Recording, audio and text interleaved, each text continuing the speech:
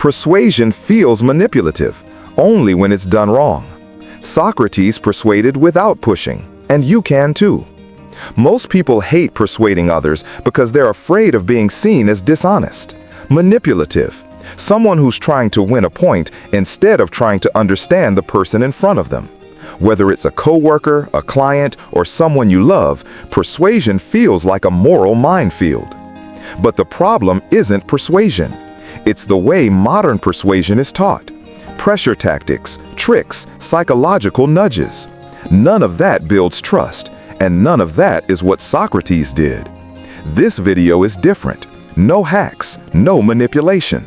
Just ethical persuasion, built on the same questioning method Socrates used to guide people toward truth, clarity, and alignment. And by the end of this video, you'll know the 4-step ethical persuasion formula, a system that influences without force, without pressure, and without guilt. But first, we need to understand why persuasion feels dirty in the first place. We don't actually distrust persuasion. We distrust the intent behind it. Think about the last time someone tried to convince you of something. It probably felt uncomfortable, not because of the message, but because of what you sensed underneath it. Maybe there was a hidden agenda. Someone wanted something, but wouldn't say it directly. Maybe there was pressure, a deadline, a countdown, a subtle push to make you decide faster than you wanted. Or maybe they tried to hijack your emotions, fear, guilt, FOMO. Persuasion that forces your feelings instead of respecting your reasoning. And that's why persuasion feels manipulative. Not because influencing is wrong, but because most people do it with the wrong intention. Socrates was different. He never persuaded to win. He persuaded to clarify the truth. He wasn't trying to overpower people. He was trying to illuminate what was already inside them. And that creates trust by default, because the person you're speaking to never feels tricked, cornered, or emotionally pushed. So how do we persuade ethically without losing influence? We follow Socrates' 4-step ethical persuasion formula. You can't persuade anyone if you don't understand what they believe first. And that's why step 1 begins with a simple principle: curiosity over arguments. Ethical persuasion never starts with your opinion. It starts with their truth. Before you offer a single suggestion, you ask clarifying questions, the kind that show you're trying to understand, not dominate. What makes you feel that way? What outcome do you want most? What would make this a yes for you? These questions do 2 things. First, they reveal what the person is actually thinking beneath the surface. Second, they create trust because the other person feels seen instead of judged. Take a simple sales example. Most people respond to a price question by pitching harder. A customer asks, "How much is it?" And the salesperson immediately fires into features, discounts, urgency. That's the wrong move. The right move is to slow down and ask about their real need. What problem are you hoping this will solve? What matters most to you in a solution? When you do this, the customer opens the door. They invite you into their reasoning. And once they speak their truth, persuasion stops feeling like pressure and starts feeling like partnership. And once you understand their truth, you move to step 2, separating what they believe from what is actually real. People don't actually resist your idea. They resist the assumptions they've attached to it. That's why Socrates never attacked beliefs directly. He went one layer deeper. He questioned the assumptions beneath them. When someone pushes back, the real obstacle isn't the statement they say out loud. It's the hidden conclusion they haven't examined.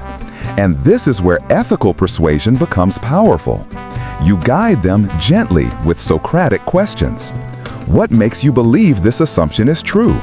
Has this always been accurate or only recently?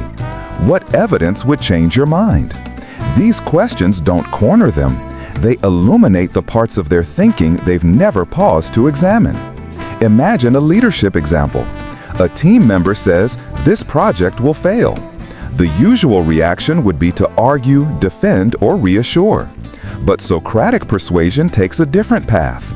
You ask, what part specifically feels risky? And suddenly, the conversation shifts. Instead of resisting you, they start exploring their own reasoning. They might realize the fear is coming from one unclear task, not the entire project, or from a past failure, not the current situation. The magic here is simple. When you help someone question their assumption, they adjust their conclusion on their own. They don't feel pushed, they feel understood. And once their assumptions are uncovered, we move to the heart of ethical persuasion, co-creating the truth together. Socrates didn't convince people. He guided them to convince themselves. And that's the core of ethical persuasion. When someone participates in building the idea with you, they never feel pushed, pressured, or manipulated. They feel ownership.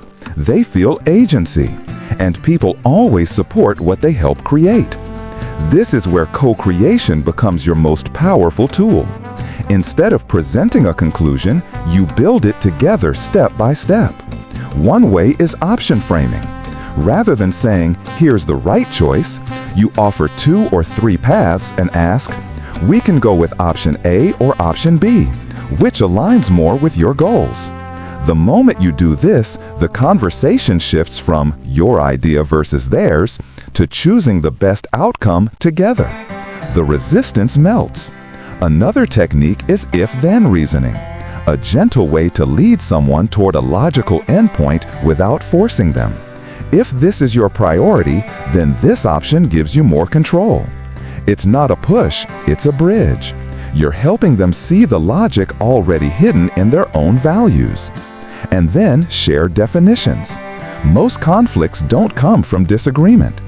They come from using the same words with different meanings. Success, risk, quality. Socrates always aligned definitions before discussing solutions. Because once both people agree on what the words actually mean, the solution becomes obvious. Take a relationship example. Instead of saying, you're wrong, ask, what outcome would make both of us feel respected? That one question creates a mutual truth, a shared foundation where both sides feel seen, not defeated. And once the conclusion is co-built, once the idea belongs to both of you, then comes the final step of Socratic persuasion, the ethical invitation. Ethical persuasion always ends with an invitation, not a push.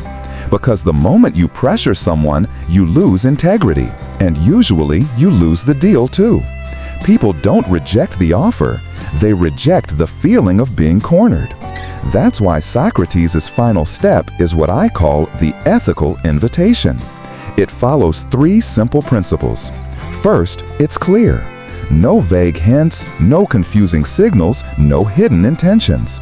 You state the path forward in a way that's easy to understand. Second, it's optional. True persuasion leaves the other person feeling free, not trapped. They should feel that no is a real choice, not a punished one. And third, it's aligned. Aligned with their needs, aligned with their values, aligned with the truths they themselves have expressed earlier in the conversation. When an invitation aligns with what they already said matters to them, it never feels manipulative. Compare the difference. In business, a manipulative close might sound like, let's sign today before the discount ends. It's pressure, it's scarcity, it's psychological force. But an ethical invitation sounds entirely different. If this aligns with what you told me you value, I'd love to move forward together. No pressure, no tricks, just a door. Open, not pushed. And that's the beauty of it. Zero pressure, maximum trust. The decision comes from them, not from you. Which means they're far more committed, far more confident, and far more likely to stay with that decision long term. Now let's bring all of this together into a simple, practical checklist you can use today. 4 steps. 1 ethical persuasion system. Everything we've covered flows back into this simple checklist, the foundation of persuading like Socrates without ever manipulating. First, start with their truth, because you can't influence someone you haven't taken the time to understand. Second, reveal assumptions. Most objections aren't real obstacles, they're stories built on untested beliefs. Third, co-build the conclusion. When people help construct the idea, they never feel controlled by it. And finally, extend an ethical invitation. Clear, optional, aligned. The kind of invitation that builds trust instead of pressure. This is more than a method. It's a framework you can use in meetings, in sales calls, in negotiations, in leadership conversations, and even in your closest relationships. A way of influencing that strengthens integrity instead of sacrificing it. One final message before we close. Persuasion becomes manipulation only when truth is replaced with pressure. Socrates showed us another way. He proved that influence rooted in curiosity, clarity, and honesty doesn't just change minds. It elevates the entire conversation. And here's the part most people forget. When you persuade ethically, you don't win arguments, you win trust. Trust from your team, trust from your clients, trust from the people you love. Trust that lasts far longer than any short-term yes. Because real influence isn't about getting your way, it's about helping someone see their way more clearly. If today's breakdown shifted the way you think about persuasion, subscribe for more ancient wisdom from modern leadership and learn to influence the way Socrates would.